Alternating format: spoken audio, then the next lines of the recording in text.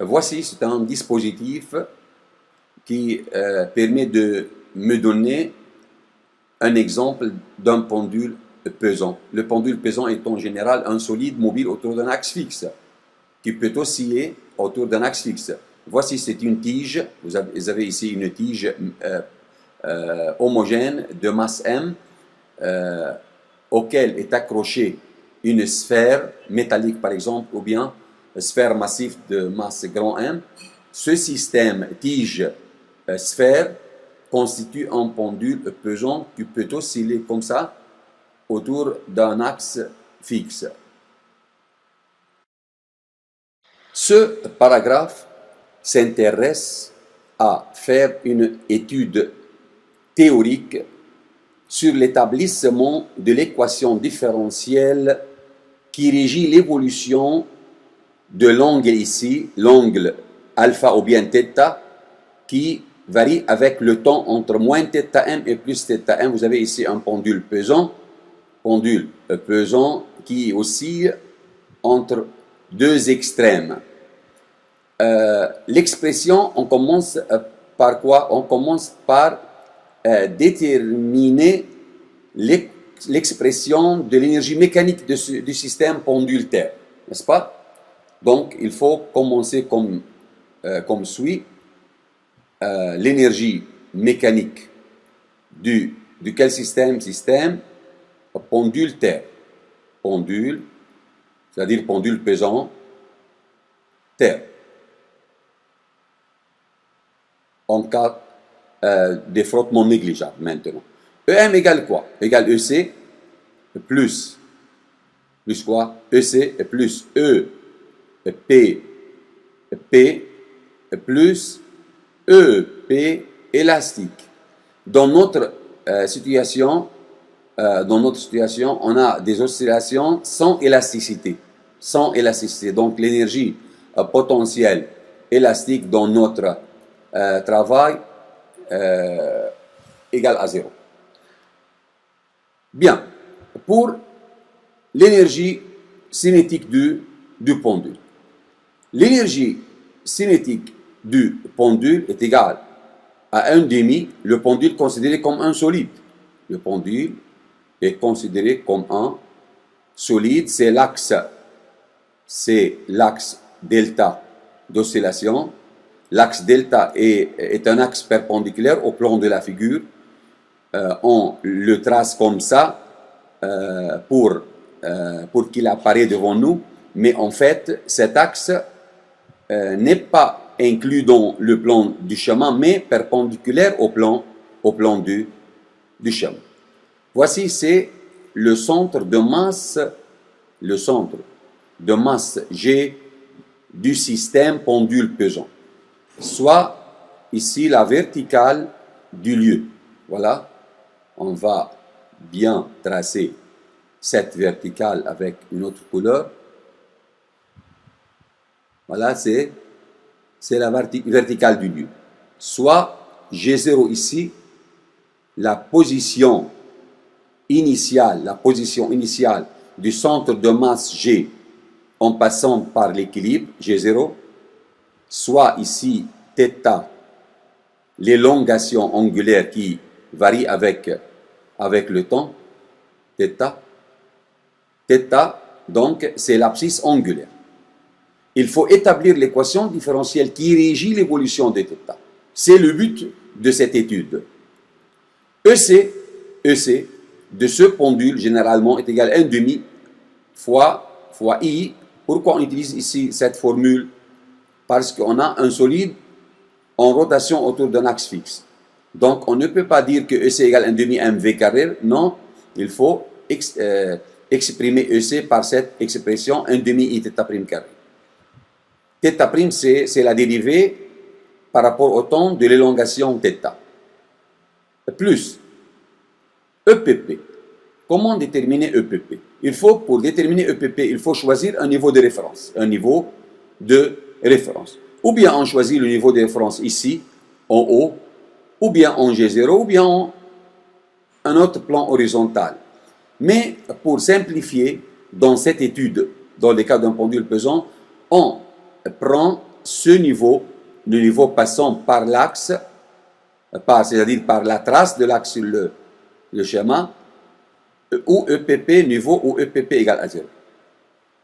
EPP égale à 0. C'est-à-dire lorsque le centre de masse passe par G0, le centre de masse G passe par G0, l'énergie potentielle de pesanteur du système pendule-Terre est nulle. Mais maintenant, ici, dans cette position, à l'instant T ici, vous avez l'énergie potentielle de pesanteur égale à combien?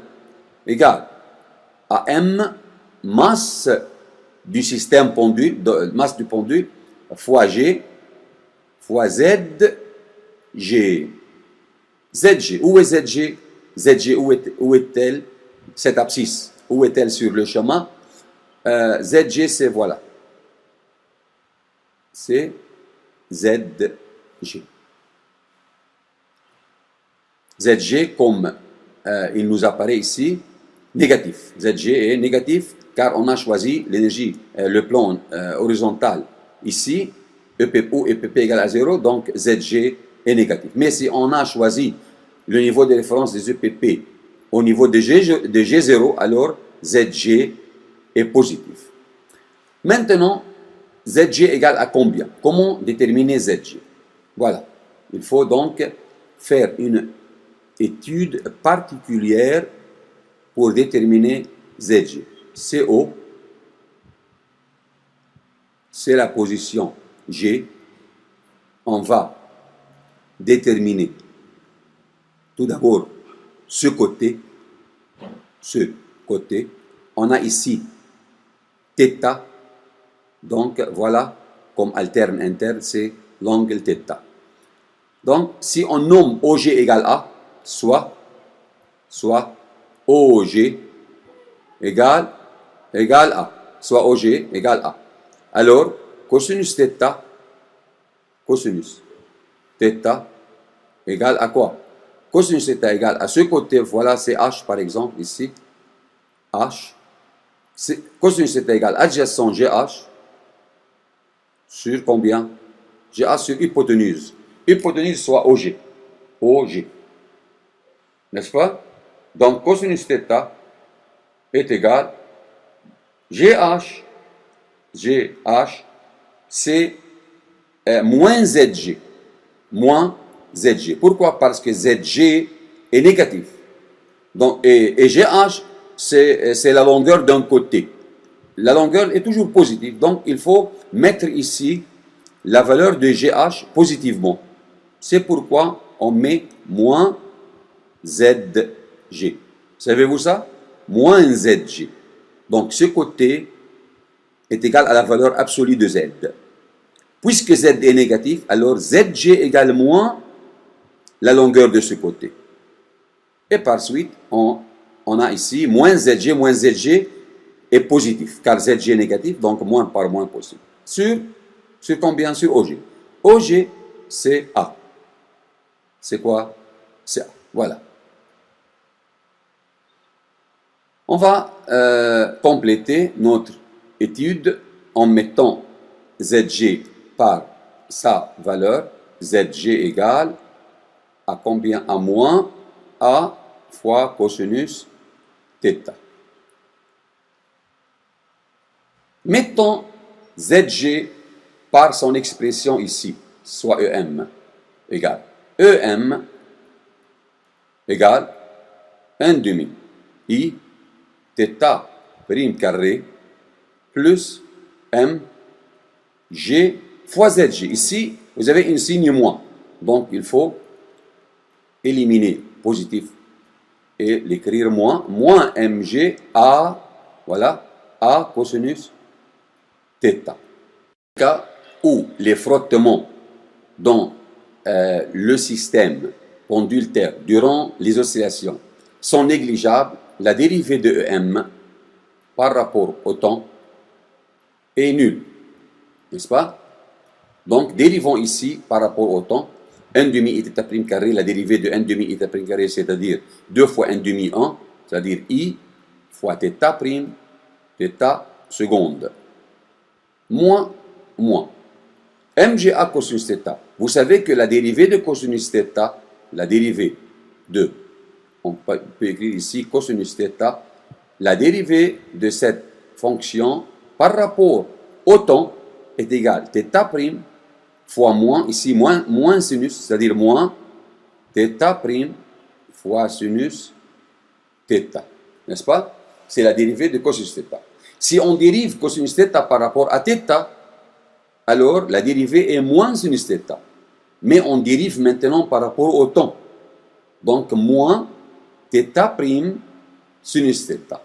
Mettons ici cette expression ici, moins fois moins, ici moins, fois moins négatif ici, égale plus m g a fois θ' fois sinus θ égale à 0.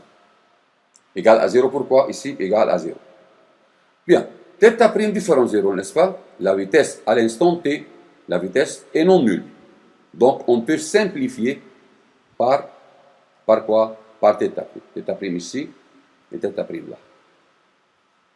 On trouvera I θ seconde plus m g a fois sinus θ égale à 0. Cette équation n'est pas une équation différentielle sans second membre. N'est pas une équation différentielle parce que ici vous avez sinus θ.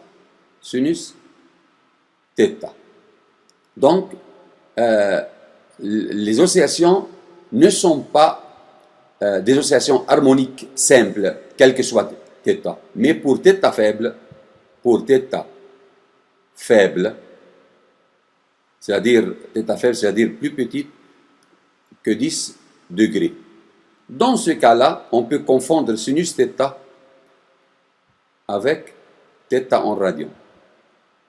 C'est pourquoi cette expression peut être écrite maintenant sous cette forme. I θ seconde plus MGA θ égale à 0 pour θ faible. Donc, θ seconde plus MGA sur I θ égale à 0.